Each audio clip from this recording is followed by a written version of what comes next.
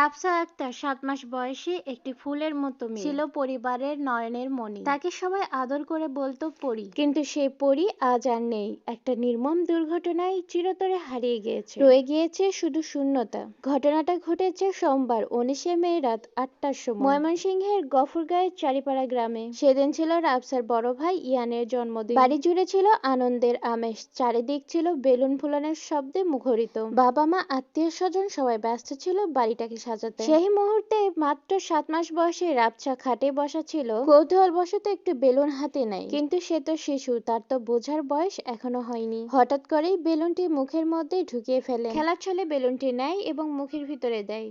আর সবাই ব্যস্ত থাকার কারণে রাবসার দিকে কেউ খেয়ালও করেনি। এক পর্যায়ে রাবসার শ্বাসনালীতে বেলুনটি আটকে যায়। মুহূর্তের মধ্যেই রাবসা নিস্তেজ হয়ে পড়ে। আনন্দের মুহূর্তগুলো কিছু সময়ের মধ্যেই পরিণত হয়ে যায় আতঙ্কে। বাবা মা দেরি না করেই মুহূর্তের মধ্যে রাবসাকে নিয়ে হসপিটালে ছুটে যায়। কিন্তু পথের মাঝখানে রাবসার মৃত্যুর ঘরে ঢলে পড়ে। জন্মদিনের ঘরে আর কোনো হাসি নেই, শুধু নিঃশব্দ কান্না এবং আতঙ্ক। রাবসার মা এখন চিৎকার করে কাঁদছে এবং শুধু একটাই কথা বলে যাচ্ছেন বারবার, আমার মেয়ে বাঁচেনি, শুধুমাত্র একটা বেলুনের জন্য আমার রাজকন্যা আজকে চলে গেল। এই ঘটনাটা যেন আমাদের চোখে আঙুল দিয়ে দেখিয়ে দেয় যে একটা বেলুনও হতে পারে মৃত্যুর ফাঁদ। তাই তো বলছি, যাদের ঘরে নিষ্পাপ শিশু রয়েছে তারা অবশ্যই এই সমস্ত আনন্দের মুহূর্তে অনেক বেশি সচেতন থাকবেন।